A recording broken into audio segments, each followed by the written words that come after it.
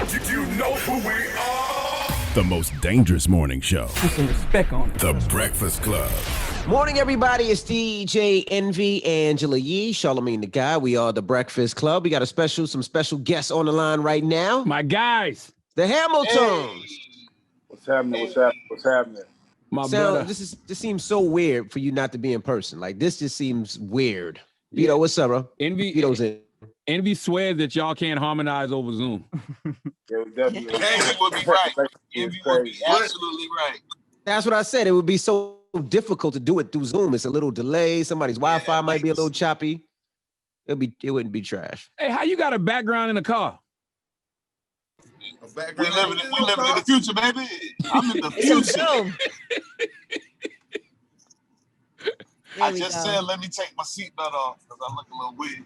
You look safe. Yeah, you definitely look safe. Now I got the new project 1964. What's that about? Yes, sir.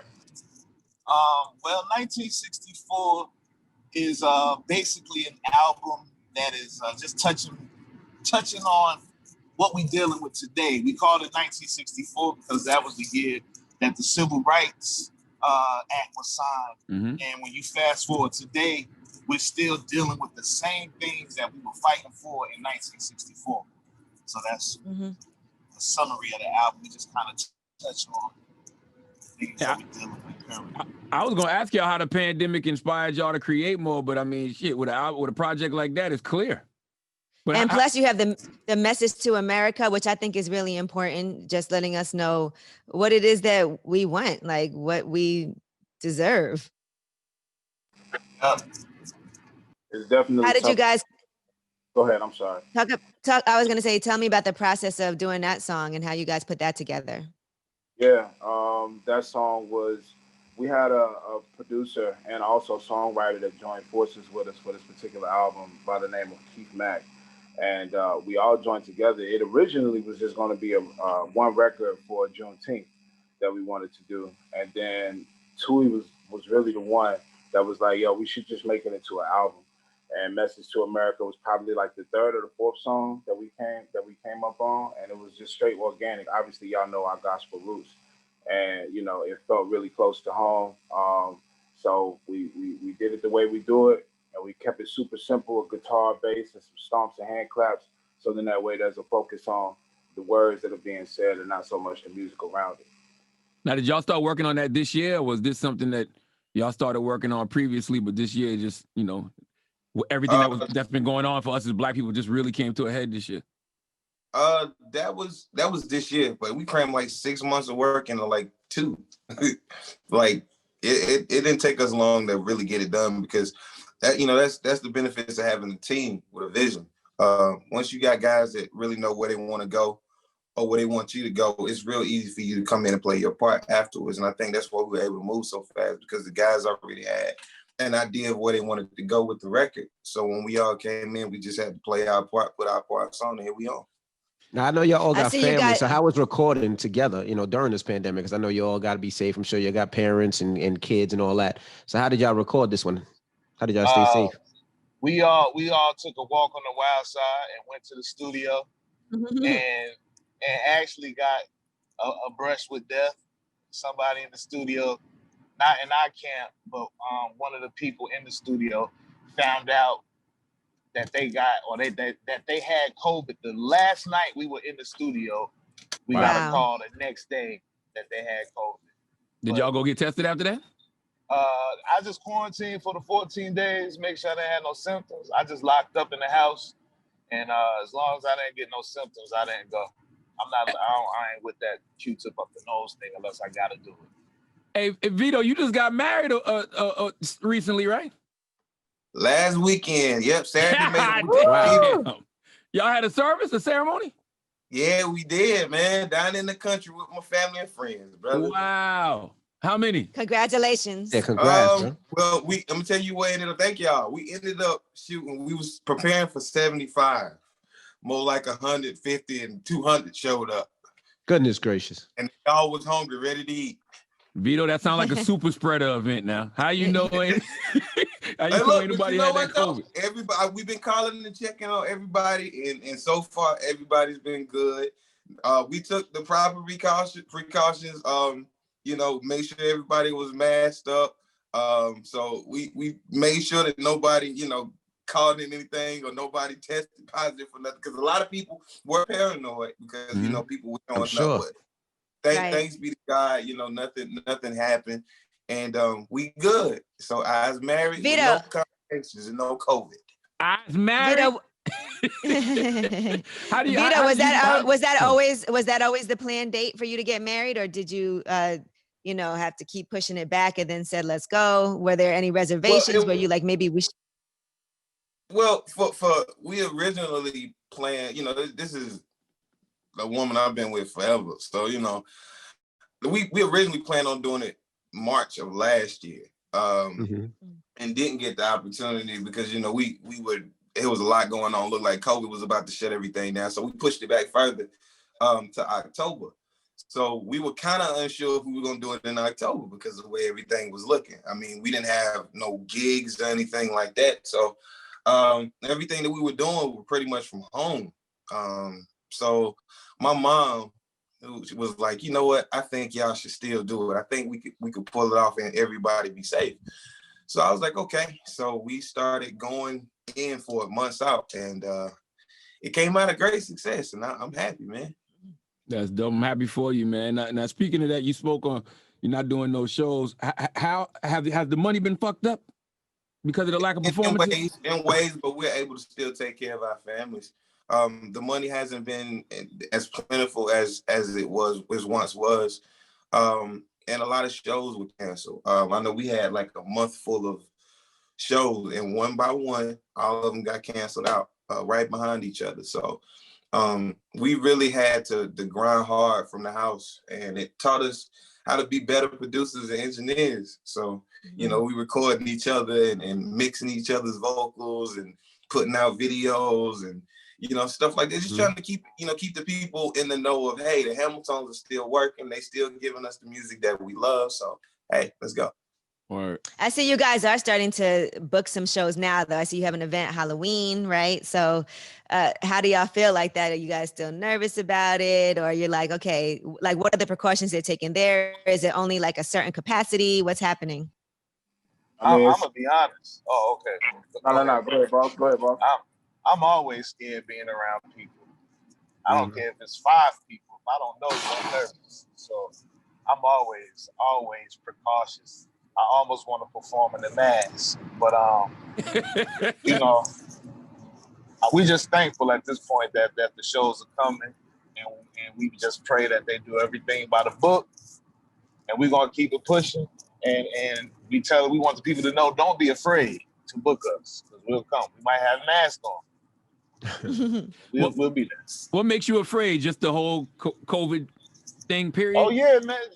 The whole COVID thing. Some people say it's fake. Some people say it's not. I operate in the possibility. So I put my mask on, and you know, so people are dying.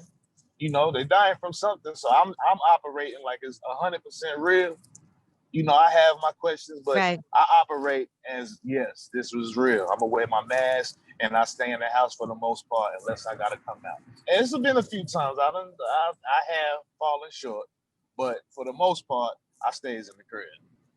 True. I ain't mad at you. How can y'all use like the art of music to create teachable moments for people at a time like this? I think that's what 1964 is. It's an opportunity for everybody to be able to understand. For the people that don't care, at least you're going to hear it. For the people that do care, you got something that you can listen to while you choose to do whatever you do in an effort to help our community. So I think that's what it was. We wanted to do this. And also, you know, hopefully, I don't know how many years, I don't want to say years, but hopefully at some point we can get to a place where there's a little bit more compassion and a little bit more togetherness and look back on this time. And 1964 can kind of give you a vision of where we were at that place. But you know, finally we got past that. I know some of you got kids. So how is the virtual learning going with you guys? Because it's busting my ass. So how's it going with you guys? my wife takes care of that. My brother, when I went up there and I got my daughter her first C, and she hurt my feelings, I was like, baby, you ever got a C before? She was like, no, daddy. I was like, okay, I'm gonna just let your mama handle it. Music. So you helped your daughter and you helped her get a C. Yeah, I definitely got her first C. I'm not even gonna cap. And that shouldn't count. That's not fair. That shouldn't count. Definitely. But at the end of the day, you know, my wife is amazing. She not only is she super smart, but she does all of the behind the scenes stuff that a lot of us guys, a lot of people don't even know happen unless you're in that situation. We're actually having to study and go through the different portals to make sure she understands not only what she's teaching, but how to get to the place. Man, it's a lot that's going with it. But this pandemic, I think, has helped every family and every person learn something new about something that they didn't know they could do. You know what I'm saying? What did y'all learn about yourselves, individually and as a group? That I really can cook, and and when I'm bored, I'm very creative. I can be very creative. I will say I tapped into something that I normally don't tap into as much, which is music production. That's more of Lilo's and Tui's lane. I've always had the equipment to do it. Just, you know, you have something, and when you have it, you sometimes, well, for some people, when you have stuff, it's just there. And then, you know, after a while, you get tired of looking at it, collect dust, and then you decide you want to do something with it. So I got all these programs on my computer with a whole bunch of stuff, and I just decided to make some music, and some great stuff came out of it. And I was very proud of myself. And I let my bros hear it, and they was like, I like that. Like, that's really dope. And, you know, hearing that from them, it means a lot, because they'll tell you real quick, I wouldn't have did this, I wouldn't have did that. But I didn't get that. I got, yo, this is dope. Like, let's make something out of that. So that made me feel good. So it made me feel like, okay, I can really do this production thing. Did anything make the album, though, Vito? Well, no, not yet. We still, so we don't know how much Tui and Tone like it. Then if it, no, I mean the album. We're still actually in the process of piecing the actual album together. So that, you know, it just might be some songs on there to make the album. But there's one particular song, I'm not even gonna really go into real deep details about it, but there's a song that the guys really want to push forward, and we're gonna try to make something happen with it. It's a very nice song. I say it's a love song, and it's a great story, and I think people will like it. So we're gonna try to do what we can with it to, you know, bring it to the world eventually. Tony, Tui, what about y'all? What did y'all learn about yourselves individually and as a group? I learned that as a group, you know, just learning how to move in this digital era right now with COVID and everything, that it is possible. You know what I'm saying? It takes a little extra work, sometimes a little extra research, but at the end of the day, you know, if we are willing to put our minds together and meet, you know, somewhere in the middle, we can still get a lot of things done that at one point we didn't think that we could get done on our own. You know what I'm saying? So just learning how to really be businessmen right now, like just really keeping an eye on. We can really keep an eye on things now because we're at home. So all we really have is time and opportunity to just learn how to be better, man. That's what it's all about. Just in every aspect, just learning how to be better in production, how to be better businessmen, how to be better communicators. All of that has really come in the, I guess, in the spotlight being stuck at home. Tom? I learned any means necessary legally. I just been trying to figure everything I could possibly do to ensure that my family's good, my kids is good, and that we're sustaining. I think with my brothers, I learned that they mean more to me than I think I knew at one point in time, because there was a process where we weren't able to, all we had was phone lines. We weren't able to be around each other.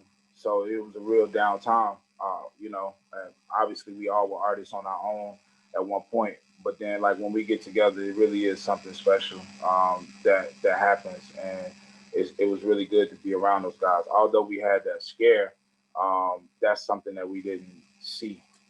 The main thing that we saw was just being able to be together, and finally getting back to recording was amazing. So just engineering, sound engineering, something I've been tapping into as well. I'm telling you, it's just all of us just had to figure out business, the ups and downs of business. Obviously, all y'all know about that, and it's just been a time frame where everybody is just kind of like, yo, we gotta.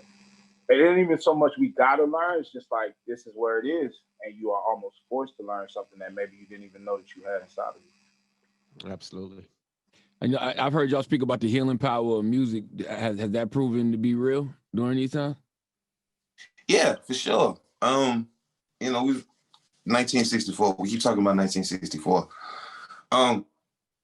We've had a lot of our I hate to call them white consumers, but we had a lot of our white audience, be vocal about what they think about the record. And a lot of them are saying, this is something that I think white America needs to hear.